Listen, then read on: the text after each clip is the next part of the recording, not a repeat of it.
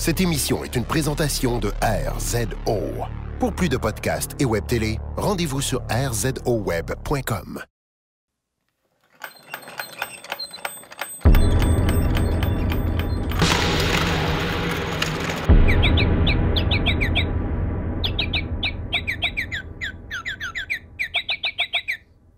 Hey, merci de garder à soir. C'est super gentil. Hésite pas, il y a du vin cheap dans l'armoire, puis des nouilles ramen si t'as faim. Hésite pas à appeler s'il y a un problème.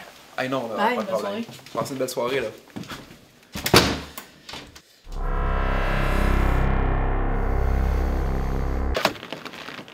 Hey, penses-tu que ça va bien aller? Ben oui, Guillaume il aime ça, les enfants. Je pense.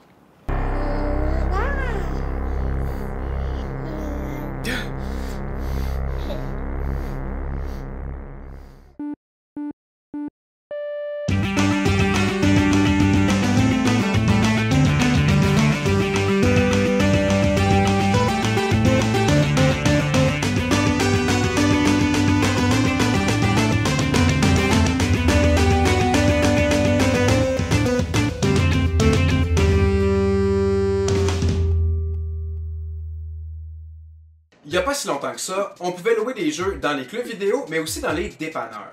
Bien qu'il existe probablement encore un petit peu de places là, qui font ça, genre le dépanneur là, à côté du chalet, à côté d'un lac à quelque part, c'est une pratique en voie d'extinction. Quand j'étais jeune, le dépanneur au coin de chez moi avait une petite sélection de jeux Nintendo, dont certains étaient assez étranges parce qu'ils venaient en deux parties avec une petite languette de tissu entre les deux.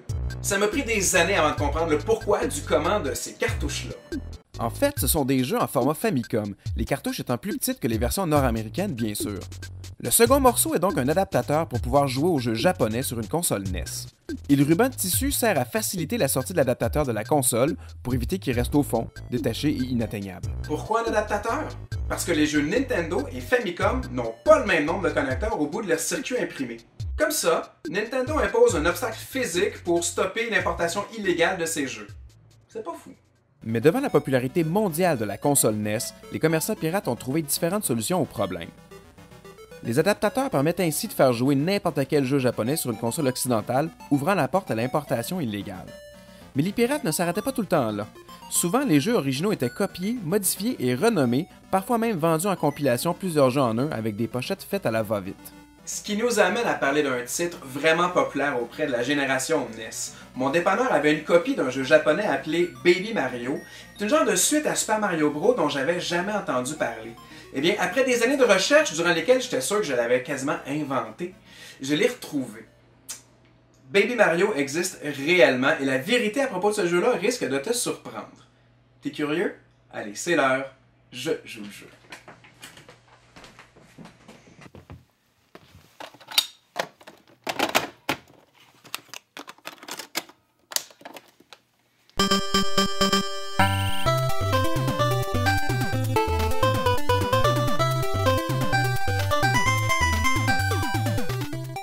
Baby Mario, ou si tu préfères Bio Miracle Bokute Upa, ou si tu préfères Je suis bébé Upa, le miracle biologique, est un jeu sorti le 22 avril 1988 en format disquette pour la Famicom Disk System et le 26 février 1993 en format cartouche pour la Famicom.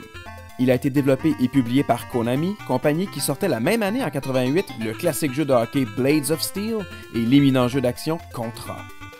La pochette du jeu présente Upa le bébé en train de faire du cheval sur un cochon, faisant fuir une collection d'animaux qui vont du plus évident au plus obscur. Et un crayon. Est-ce qu'il faut considérer le crayon comme un animal? À l'état sauvage, le crayon à l'encre est un être très territorial. Son cousin, le crayon surligneur, a un rituel de reproduction très particulier. On se mélange pas, Bio Miracle Bokute Upa n'est pas une suite à Super Mario Bros, tout simplement parce qu'il n'a pas été développé par Nintendo, mais bien par Konami. Toute l'expertise et la qualité d'un titre Konami est au rendez-vous, par exemple. C'est un excellent jeu de plateforme avec des mécaniques faciles à expliquer et juste assez difficiles à maîtriser. Pour apprendre comment jouer, laisse le jeu aller avant d'appuyer sur Start, puis on va te montrer tout ce que tu as besoin de savoir pour commencer. Le hochet fait gonfler les ennemis. Tu peux sauter sur des ennemis gonflés, mais attention, c'est pour un temps limité seulement. Et si tu tombes de trop haut, ça va pas te tuer, mais tu vas perdre un peu de temps à te remettre sur tes pattes. Le tutoriel le plus simple que j'ai jamais vu. Designer de jeu, prenez des notes. La mécanique de jeu principale est de bien employer les ennemis gonflés. Quelquefois, ils sont utiles pour voyager par-dessus un trou trop large, ou bien il faut les envoyer voler dans le bon angle pour frapper les boss de fin de niveau. Devenir un maître des angles d'attaque est une qualité nécessaire pour finir le jeu, mais la mécanique permet une certaine émergence et n'exclut jamais la possibilité d'un tir chanceux impressionnant de temps en temps. Les graphismes sont superbes. Colorés et originaux, ils font penser à un classique de Nintendo, Kirby, qui d'ailleurs sortira presque exactement 4 ans plus tard. Les environnements sont variés et toujours curieusement intéressants. 3 des 7 mondes ont une thématique de nourriture, les légumes, les produits laitiers et les desserts. Je suis très sérieux. Jouer à ce jeu-là, là, ça donne faim.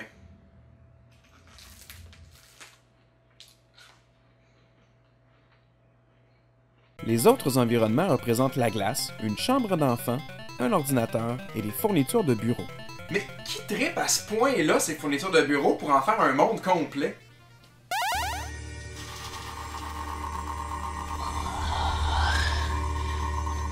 Calculatrice. TTE.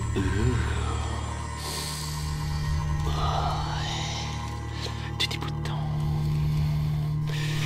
Chaque niveau possède ses propres défis et la difficulté augmente progressivement en introduisant de nouveaux éléments et de nouveaux ennemis un par un.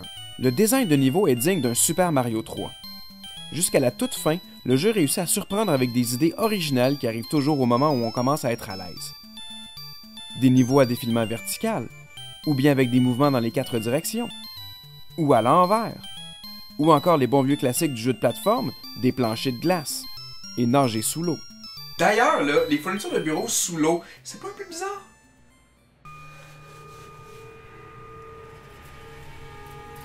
Oh, mon beau crayon, tout mouillé.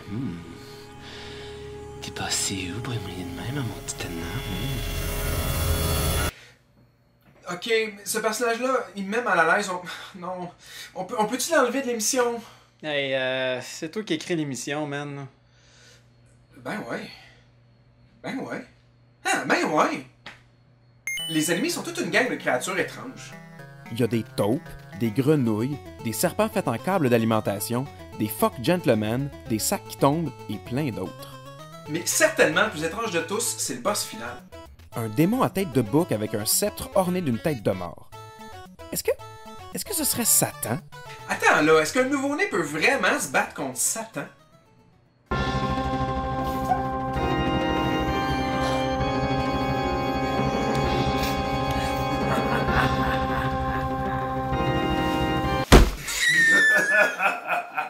Avertissement. Je joue le jeu Inc. et ses partenaires n'encouragent ni n'endossent la violence faite envers les enfants.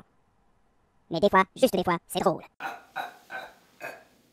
La première fois que le démon est présenté dans le jeu, c'est par un cadre à son effigie dans l'avant-dernier niveau.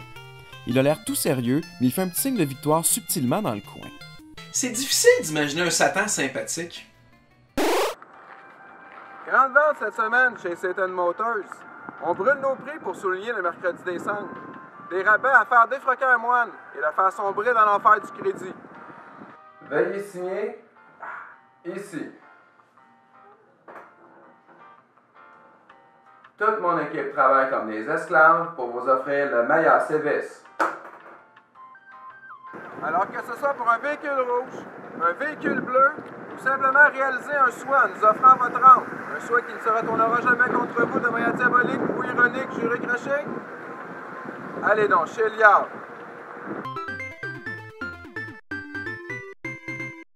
Biomiracle Bokute Upa est un jeu très bien fait et clairement très agréable à jouer. Alors, pourquoi il n'est jamais sorti en Amérique du Nord? La rumeur veut que le président de Nintendo of America à l'époque, M. Howard Lincoln, ait jugé le titre pas assez bon pour notre marché et en aurait annulé la sortie. Est-ce qu'il avait peur que le jeu fasse compétition à Super Mario Bros. 3, dont la sortie était imminente en Amérique? La version pirate à laquelle on a eu droit en format cartouche est donc la version Famicom Disk System, mais légèrement modifiée et renommée Baby Mario. Une option pour choisir le niveau de jeu de départ est offerte dans l'écran titre. Et puisque la FDS possède un canal de son supplémentaire comparé à la Famicom ou la NES, la musique de la version pirate manque le canal qui jouait la mélodie. La musique sonne donc plus vide. Éventuellement, Konami ressortira Biomiracle Bokute Upa en version cartouche 5 ans après la version disquette en 1993 pour le marché japonais seulement. Cette version-là propose d'ailleurs 2 niveaux de difficulté. Il y a par conséquent plusieurs manières de mettre la main sur une copie du jeu. La version Famicom Disk System reste l'option la moins chère, à 20-25$. En plus, elle est facile à trouver avec la pochette originale. La version cartouche peut monter jusqu'à 170$ sans boîte et jusqu'à 375$ en ensemble avec la boîte et le manuel. Même la version pirate de la cartouche a une valeur aussi élevée sur le marché. Ma suggestion? Biomiracle Bokute Upa est disponible sur la console virtuelle de la Wii pour 600 points, c'est-à-dire 6$. C'est le meilleur prix possible pour pouvoir y jouer. Et si c'était pas déjà évident, je le redis, je recommande fortement ce jeu-là. C'est un réel plaisir à jouer. Un joueur expérimenté de plateforme va le finir en environ une fin de semaine, mais c'est une fin de semaine mémorable qui va passer devant son écran de télévision. En conclusion, si le jeu t'apprend une chose, ben c'est d'avoir peur des bébés. Tu me crois pas? Tu veux des preuves? Les bébés ont peur de rien, même pas un serpent qui crache du feu. Ils peuvent te faire gonfler et t'envoyer voler dans toutes les directions. Ils peuvent te brûler sans exprimer le moindre remords. Ils se cachent partout, dans les ordinateurs, les fromages, les gâteaux. Ils sont prêts à frapper n'importe quand. C'est pas dur. Laisse jamais un bébé t'approcher. Allô, c'est nous! Puis ça c'était le fun. Guillaume?